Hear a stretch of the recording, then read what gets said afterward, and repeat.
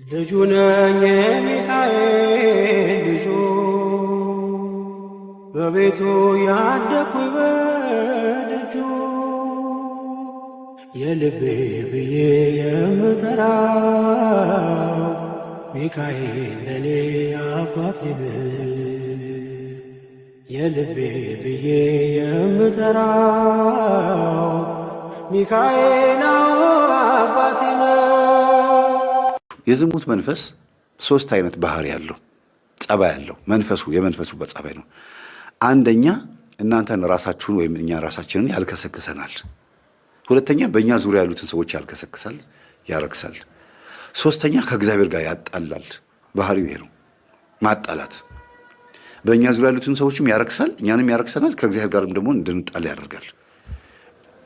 ምን ያደርጋል በሚለው ላይ ነው።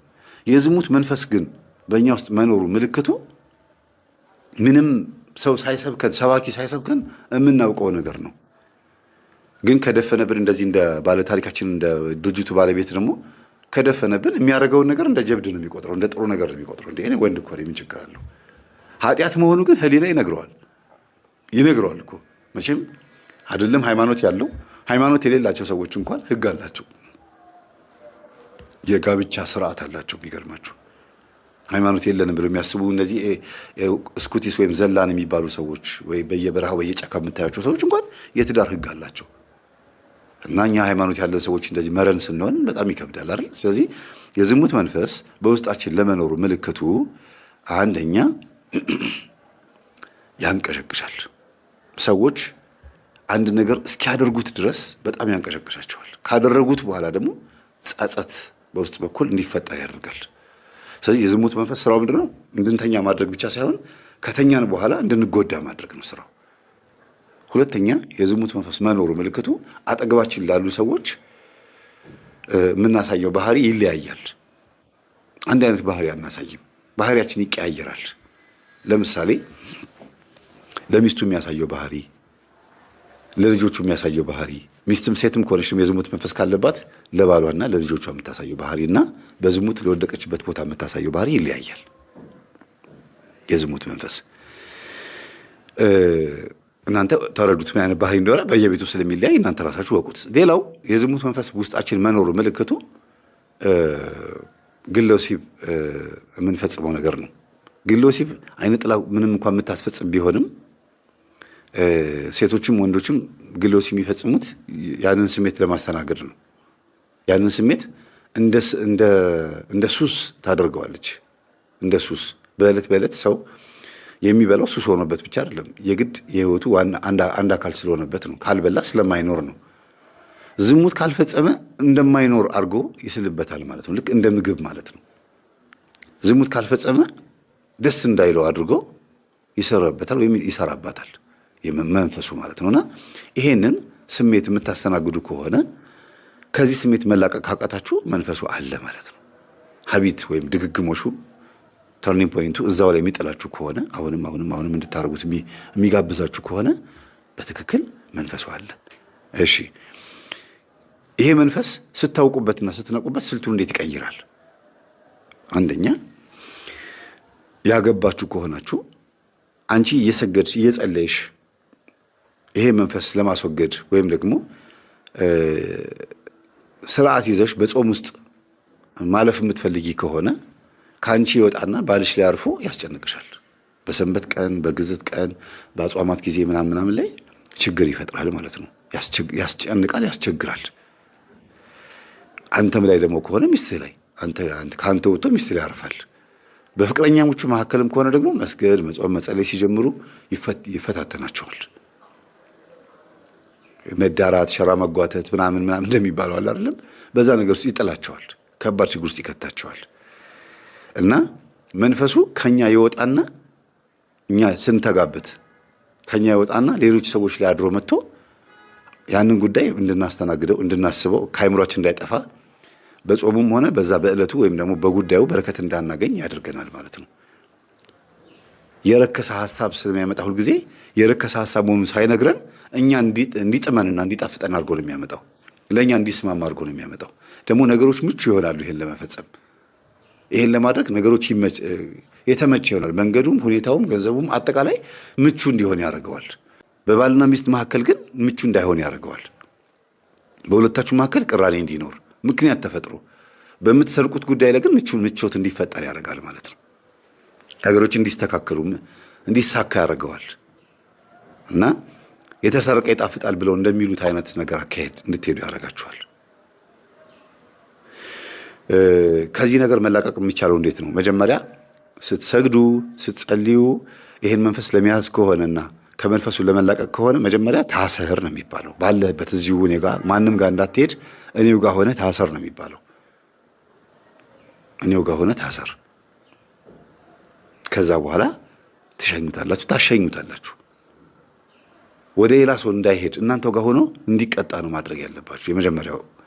ከዛ ቀጥሎ ደግሞ ስጋን ምቾት እንዳይሰማው ማድረግ ቢያንስ እንኳን እስክትገሩ ያ ስሜት የሩካቤ ኒኮቲን የሲጋራ ኒኮቲን እንዳለ ሁሉ የሩካቤ ሐሳቡን ከአእምሯችን እስኪጠፋ ድረስ ስጋን በጾምም በስግደትም ምግብም በመለየትም ራሱ ለውዝ ከመብላት ምቾት የሚስማሙ ድሎት እንዲመቸን እንዲስማማን ከሚያደርጉ ምግቦች ትንሽ ራቅ ብሎ ራስን ማጎሳቆ ስጋን መጉዳት የዛን ጊዜ ትንሽ እንትን ይለዋል። ህልምም ይከፈትላችኋል እኮ ብዙ ጊዜ ምቾት እኮ ህልምን ይከለክላል። ስጋ ጎስቆል ሲል ህልሞች ክፍትፍት ይላሉ። መጽሐፍ ቅዱስ ይናገራል።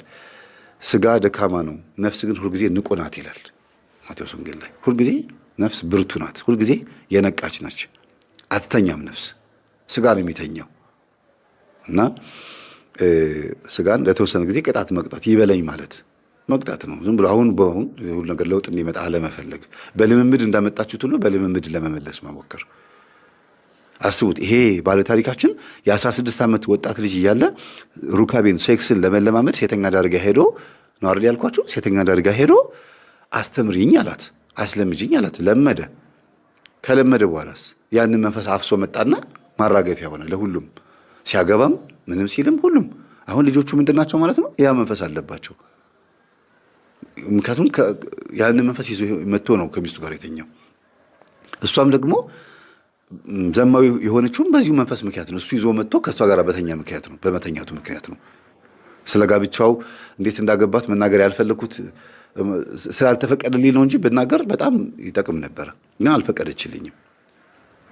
ለቤተሰቦቿ ስትል ማለት ነው።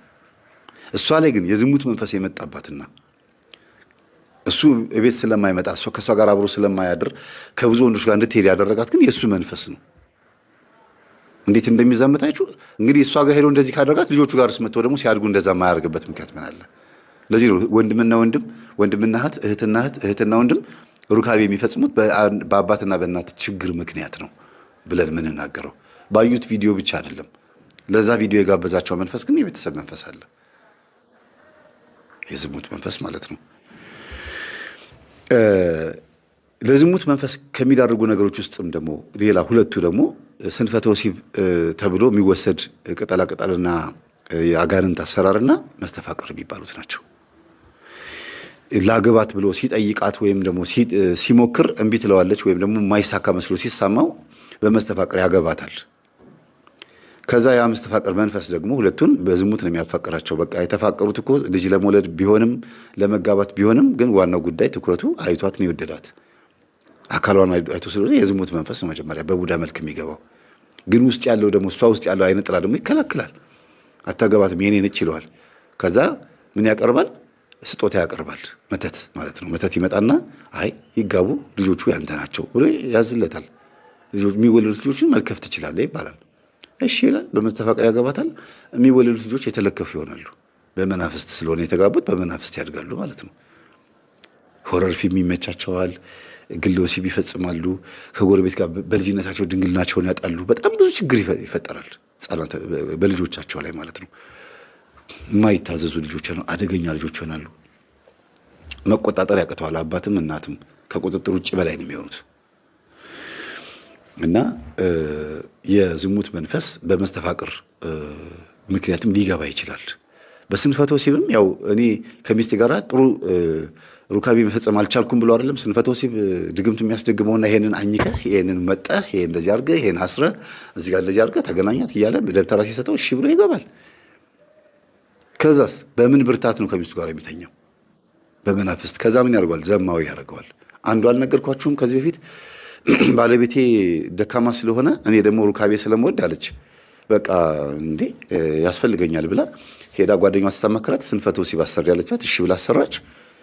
ከዛስ ባሏ ጎበዝ ሆነ አልጋ ላይ እሷ እንደምትፈልገው። ግን ጨዋ የነበረው ከቤት መስሪያ ቤት ከመስሪያ ቤት የቤት በጨዋነት ይመላለስ የነበረው ባሏን ዘማዊ ያደረገችው። ከእሷ ውጪ ሴተኛ አደረጋ። ሄዶ መተኛት ጀመረ፣ አምሽቶ መምጣት ጀመረ። ጭራሽ ሴት አቅፎባት መጣ። ሴት አቅፎባት መጣ ሰክሮ እየተንገዳገደ። ትዳር አለ እንዴ ብላለች ሴተኛ አዳሪው ራሷ። እና ጉድ ሆንኩኝ ብላ ነው የደወለችው። እኔ ጋር አቅርቤላችኋለሁ ገጠመኙን። እንዲህ አይነት ነገር ውስጥ ይከታል፣ ዘማዊ ያደርጋል ማለት ነው። ለጸብቅ ብዬ ባዝላ ተንጠልጥላ ቀረች ብሎ እንደሚተርቱት አይነት ነገር ነው የሚሆነው። ለራሴ ለጥቅሜ ብዬ ወይም ደግሞ ለትዳራችን ብዬ ደስ እንዲለን ብዬ አድርጌ ጥበብ ነው ብሎ ስለሚያታሏቸው እኮ ነው። ጥበብ ነው ይሄ እኮ ችግር የለውም ይላሉ። አንዳንዶቹ ደግሞ በጣም ሲነቃባቸው ደብተራዎቹ አጋንንት እኮ ይታዘዛል፣ በእግዚአብሔር ኃይል አዝነው ስራ እንዲሰራ ማዘዝ ይቻላል ነው። እንኳን አዘኸው ሳትፈልገው እንኳን መጥቶ እንደ ልክስክስ ውሻ አንተን ገነት ሲኦል ለማስገባት የሚፍጨረጨር መንፈስ ነው አዘኸው እሺ የሚለው።